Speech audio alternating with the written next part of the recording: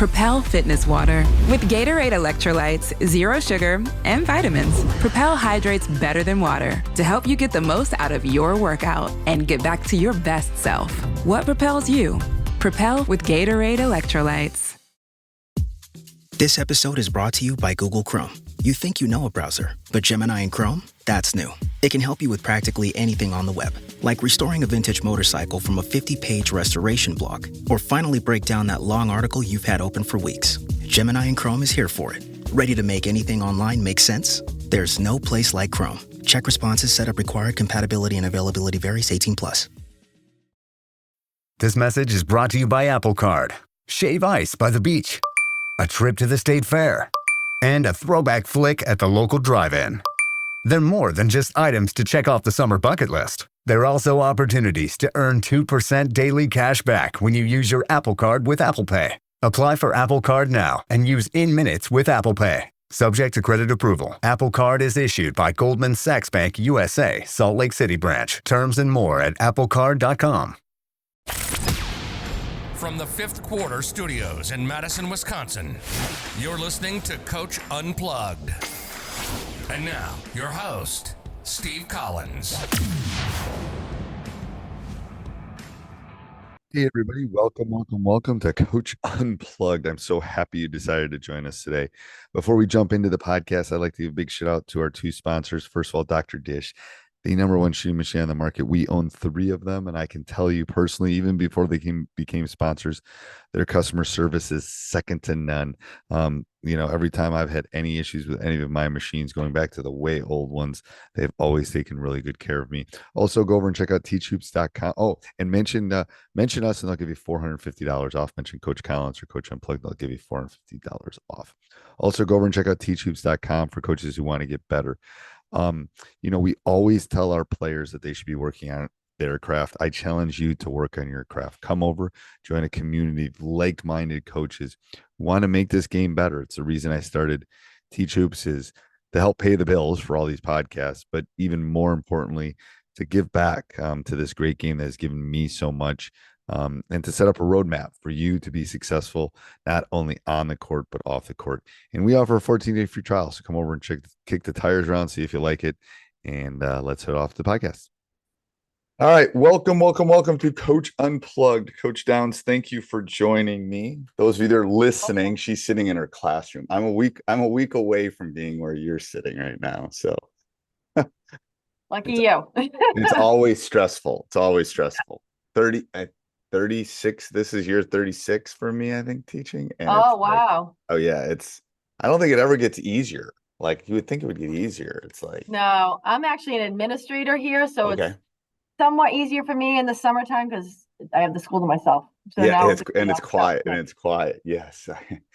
So Coach Downs, why don't you introduce yourself to the audience? Kind of tell a little bit about yourself. Sure. I'll jump in and throw some tidbits in too, but go ahead.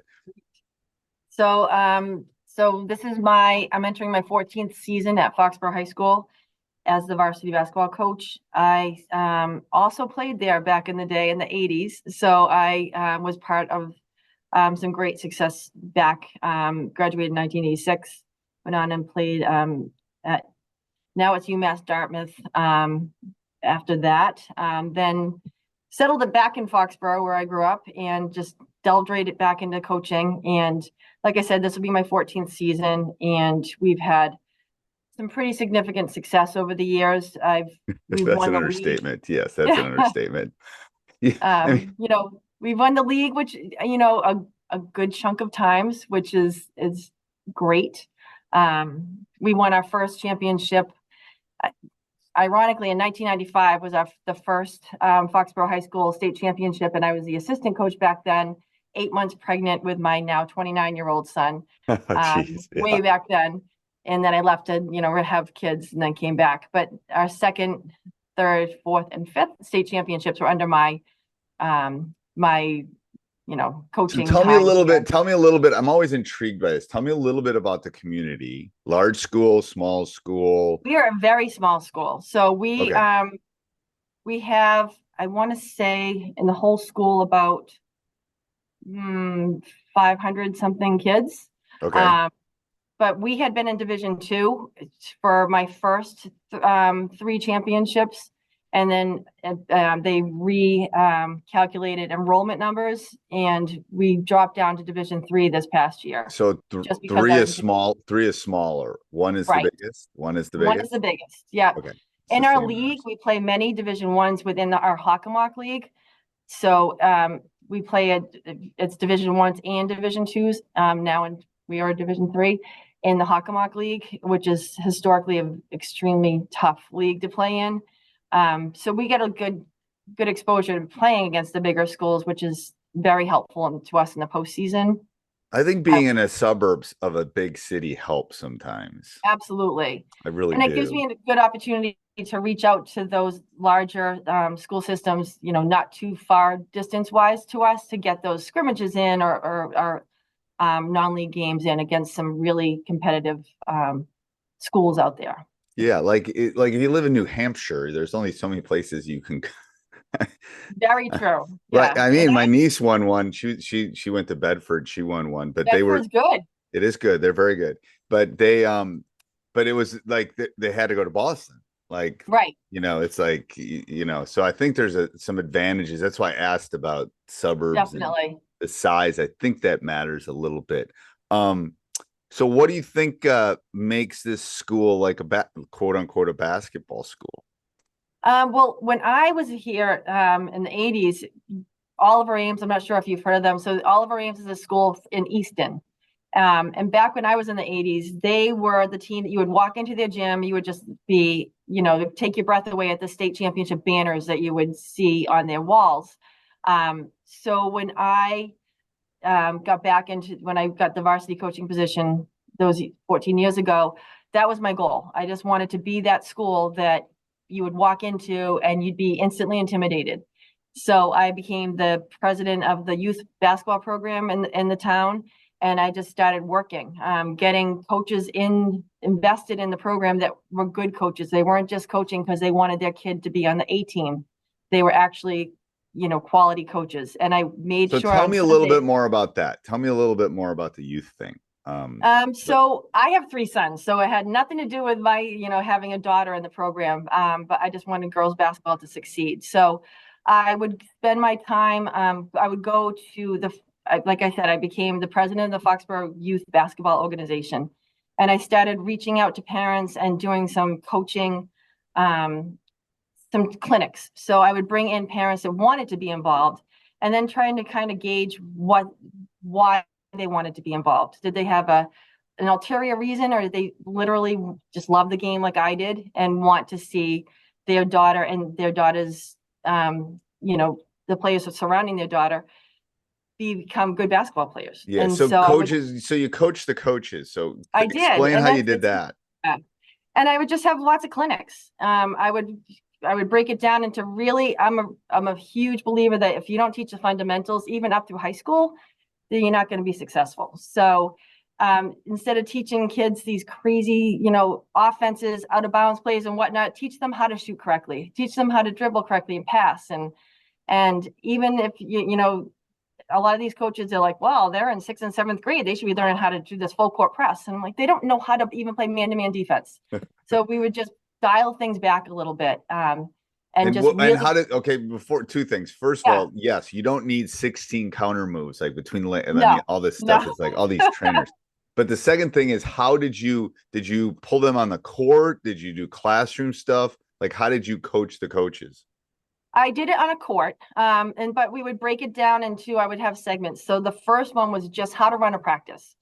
And then the second one, when I could fairly well gauge the level of abilities of these coaches in order to coach, I could then break it down into, I would pull some aside and do more.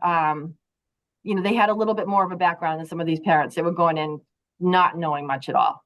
And so I would really try to filter out as best I could in a gentle way, those that really should not be teaching these kids things that they had no business teaching them. I would try to, find someone to pair them up with that maybe had a little bit more of a basketball IQ or a basketball background than they did. And they can learn from that person, but it takes a longer amount of time than I had to give.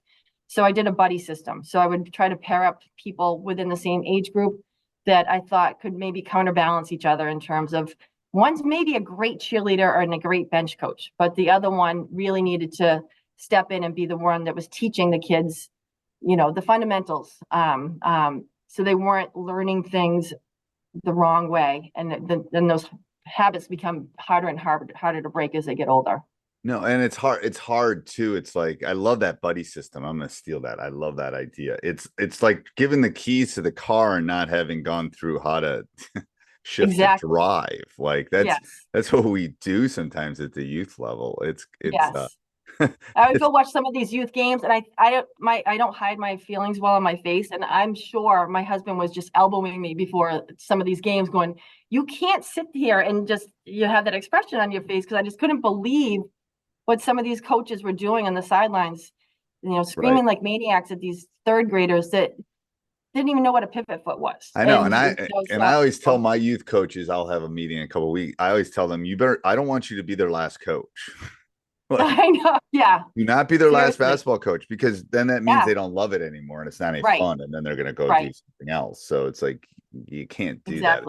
So how do you balance this with your current job? Like your job, the job that puts food on the table? Yeah. Well, I'm fortunate. I'm the registrar at an independent school in Foxborough that they knew before I took this position. The basketball, wasn't paying my bills, but it was my passion. And so it's your ego. It's your ego and it's your energy. Yeah. I get it. Yeah. It's who I am. And in order for me to accept this job, they needed to be okay with the fact that starting the Monday after Thanksgiving until hopefully, mid-March, I was going to be having to head out the door at 3:00 every day. Right. And they were fine with it. And so I'm fortunate in that way. And I'm also, I'm an old school coach that if I don't feel like I can do things 100%, then I'm not going to do it. And so in order for me to be the best basketball coach at the high school that I can be and the one I want to be, it requires a lot of time. And it does. People don't understand the amount of time. And the thing is, I think you're a better employee because you're doing something. Definitely. It's like, if you're just punching the clock, I agree. I think good administrators and good people see that's those kind of connections kind of feed. What's been your biggest challenge coming back? So I think the biggest challenge was just kind of going back to how to build up the program, was getting the buy-in of the kids in middle school that the Foxborough High School program was one in which they wanted to play because they could see success.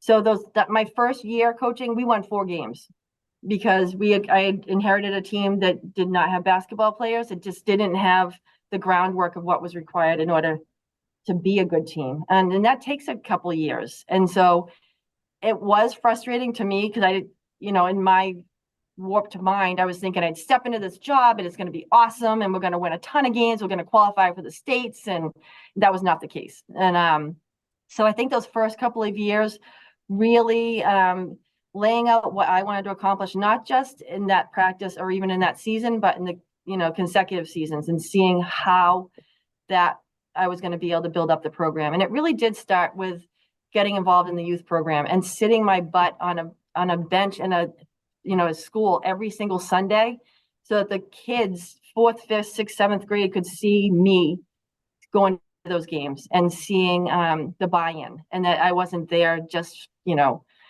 because I was going to be leaving in a year or two. I just wanted them to know I was invested in the program. I was building something, and I wanted to see their parents' faces so that they could know, like, don't send your kids to private schools, which there are many that will pull the kids just to go to the better private schools. And now 14 years later, we have those banners all over our gym, and we are that gym. So that I don't have any kids that leave the youth program and go to a private school. Right. They want to come to the high school. They want to come. So what do you do? What's your off season? What does your off season look like? So there really isn't an off season. In Massachusetts, we can't coach. But Okay, yeah. So it's, explain your rules. So our rules in Wisconsin is first day of school till the end of school, I can't have any contact other than during my season. And then so in in the the summer you summer, can coach. there's a window like August 1, I have to stop. Yeah. I get 5 contact days. Oh, wow. Yeah, it's pretty restrictive to be honest with you. We But can't coach from the well, we can, the only contact we can have coaching is the Monday after Thanksgiving until our final game, which has been in March. So I can't coach from March until end of November. So I can, and it's frustrating because we go to these tournaments where I have to sit on the sidelines, way up in the stands with, right, everyone's parents and keep my mouth shut. But I watched all these other teams come from, like, your nieces from New Hampshire, right, and those coaches are on the sideline coaching those kids right. and getting instruction that I would loving to give, but I have to have either one of my varsity captains coaching them or a parent that I is just try to there to be a look at it. buddy. I try to look at it as sometimes I think I agree. I wish I could have contact. At least I wish I could have skill work or fundamental Right. work Yeah. contact. Maybe not coaching because I think Right. they need a break from us too. Oh, absolutely. And it's kind of a forced break. So I can't do it. So I don't do it. If I Yeah. could do it, I'd probably have to do it because you're trying to keep up with the Joneses. Right. But I think I use the summer as kind of that connection, bonding, joking. Oh, absolutely. Coach is a human being, not this person Yep. that wants me to do these things that, do you do any any like team build, any like culture We team do. building things? What do you do with that? So we do a summer league, and it's kind of an opportunity, like you said, for the underclassmen to get to know the kids who have been on the team or maybe are fighting for roles in the varsity team. But it's even incoming freshmen up through seniors. So it's a chance for our seniors to get to really, get their hands around the freshmen coming in. So then September, when they go into those scary classrooms and in the hallways at the high school, they can see some familiar faces and it's helpful. So it's not just helpful in the basketball court, it's helpful to those kids that may be on our JV team, but they know those cool seniors that are going to be, keep an eye on They'll say them. hi at least. It won't be the Yes, scary yeah. like after school special for you're Oh, my yeah, you're my definitely. age, these scary hallways and the thing. How do you manage because you've been so successful, I've had this issue too. How do you manage, I don't know how to put it, egos or Oh, yeah. parents or dynamics? Because I've told people some of my most talented teams were some of my hardest teams to coach. Oh, absolutely. Because And every year there are going to be personalities that are just, and it changes. Like the chemistry of the team changes every single year, depending on who's been graduating and whatnot. So this past year, I graduated 4 seniors, 3 of which were starters. And they all had very strong personalities. Yes, it's a good way to put Yes. it. In good ways and bad, but it was just, that's the way our team functioned last year, and we adapted. And now with them graduating, it's going to be a strange dynamic that it starts. I kind of step back and take a look at it over the summer and see how best I can, if there's anything I can do to help it evolve into what I want it to be by the time they get to me in November. But I rely strongly on the captains. So I meet regularly with the captains, so I'm allowed to do that. It's not basketball, oriented. So we meet and talk about how we do talk about what to do on the basketball court over the summer league in terms of who I'm looking at and what positions and things that I want them to get used to doing that are geared toward what we do offensively, defensively, and whatnot.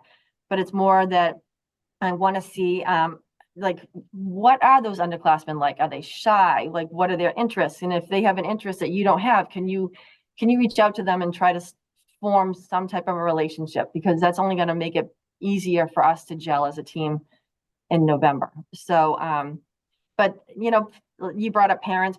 They're a whole different thing. So I do have a parent meeting for the week after tryouts, telling them my expectations too. And, I've been a parent. You have to do a lot of cutting. We don't cut anyone, which is, I'm very fortunate in that in some ways that we are Yeah, so that's the small. hardest day of the year. I hate cutting Oh, day. awful. I know. I have 3 sons that they've been cutting different sports or had friends cutting. I don't have to do that because we are so small.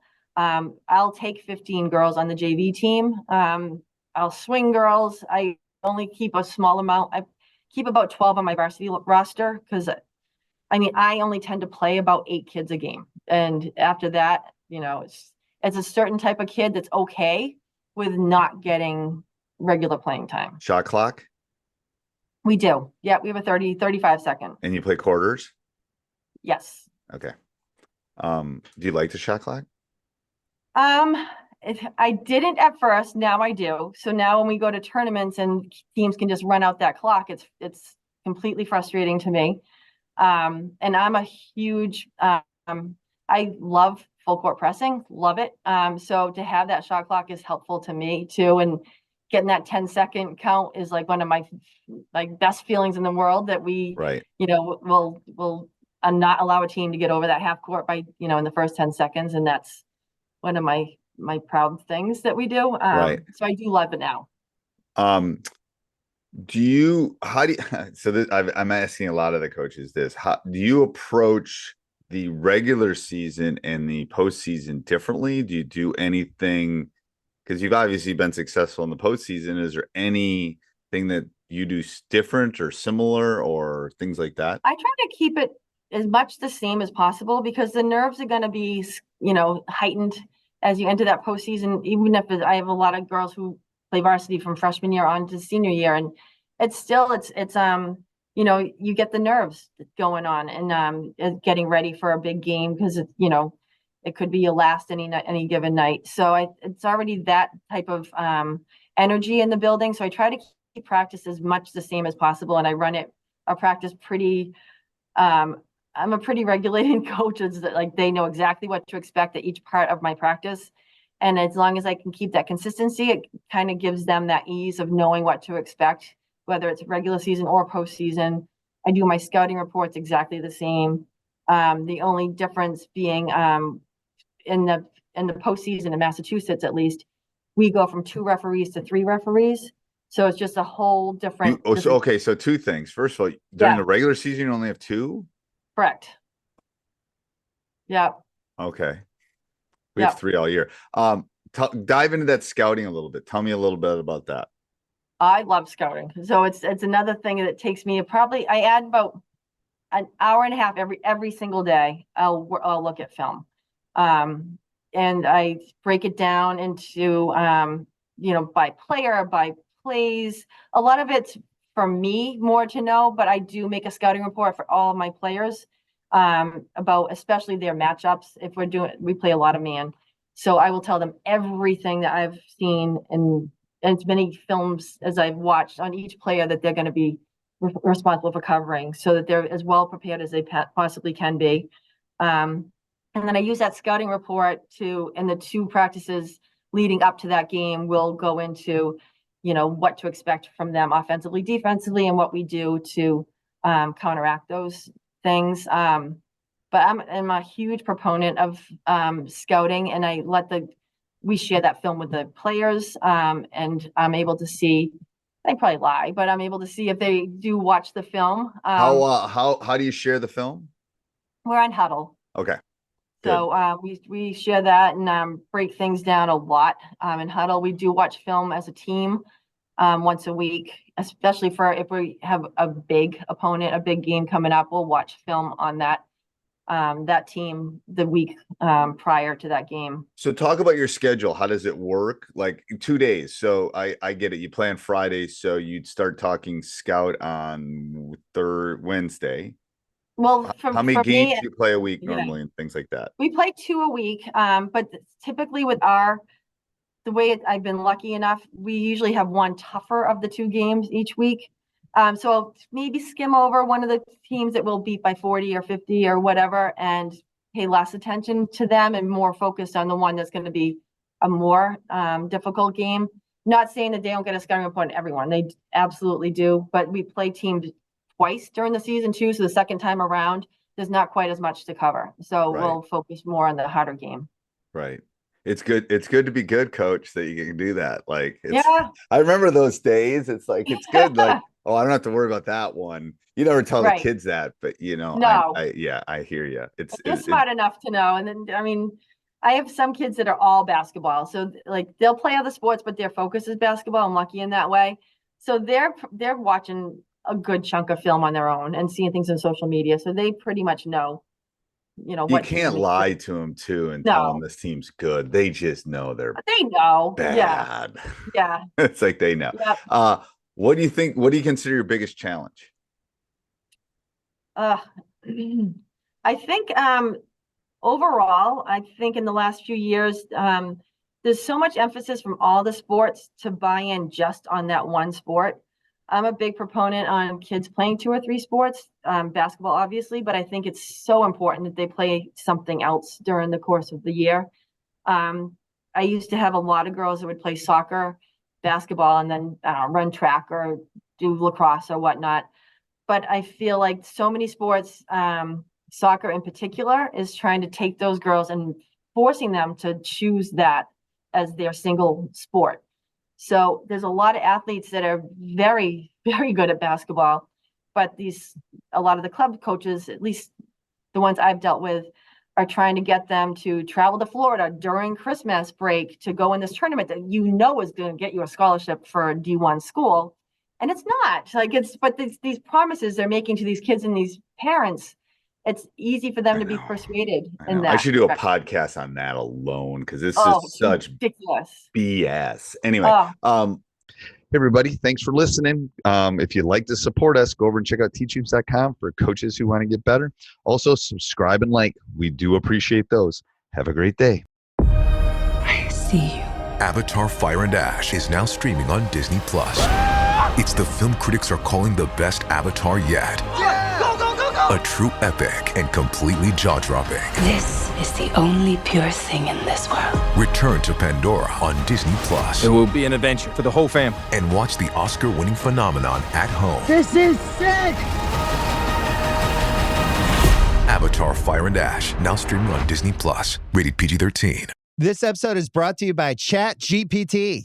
Hey, it's Bill Simmons from the Bill Simmons Podcast. Have you guys heard about ChatGPT work? It's the new way to use ChatGPT for bigger multi-step projects. And when you need more than just answers, give ChatGPT work access to your apps and files, and it can create real work documents like spreadsheets, slides, and structured reports. Get started at chatgpt.com by selecting work mode, available on Plus and Pro plans.